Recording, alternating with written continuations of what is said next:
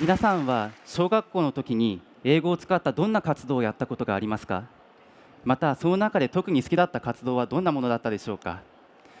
例えば英語で歌を歌ったのが楽しかったなですとか、英語でゲームやったのが楽しかったなとか、あとは英語を使ってお話をしたのが楽しかったなとか、皆さんいろいろと活動を思い浮かべられるのではないかと思います。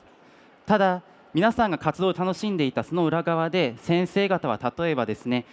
英語の特徴に皆さんに触れてもらいたいですとか、あとは楽しく英語を使う練習をしてほしいなですとか、英語のコミュニケーションを体験してほしいなですとか、さまざまな狙いを持たれていたと思います。皆さんは今英語を勉強している立場ですが、英語を教える立場になると活動の狙いを考えることが重要になってきます。いくつか今活動の例を挙げましたが、英語の歌についてここではもう少し考えてみたいと思います。英語の歌というのは英語の音の特徴に触れてもらう、そういう目的でよく使われています。例えば皆さん英語の童謡のキラキラ星、日本語では歌ったりですとか聞いたりしたことあると思いますが、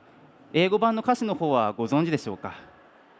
一部歌詞を出していますが、実はこの中では同じような終わり方をしている音の単語があるわけですね。それを繰り返して韻を踏んでいる言葉遊びのような箇所がいくつかあります。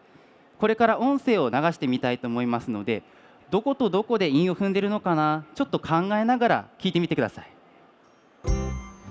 Twinkle, twinkle, little star,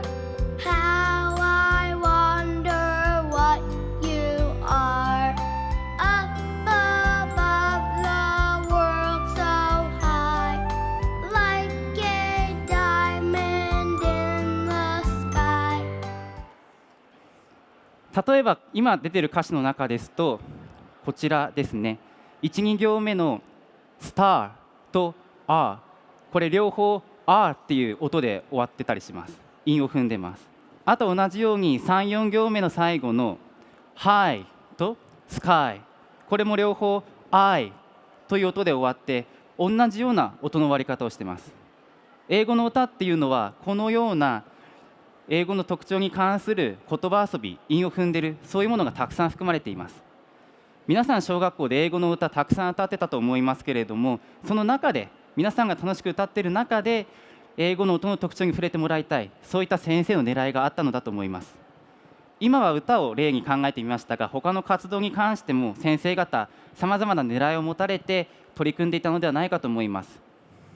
皆さんせっかくなので、教わる立場から今度教える立場になって、先生の視点から小学校の英語の活動についてもう少し考えてみましょう。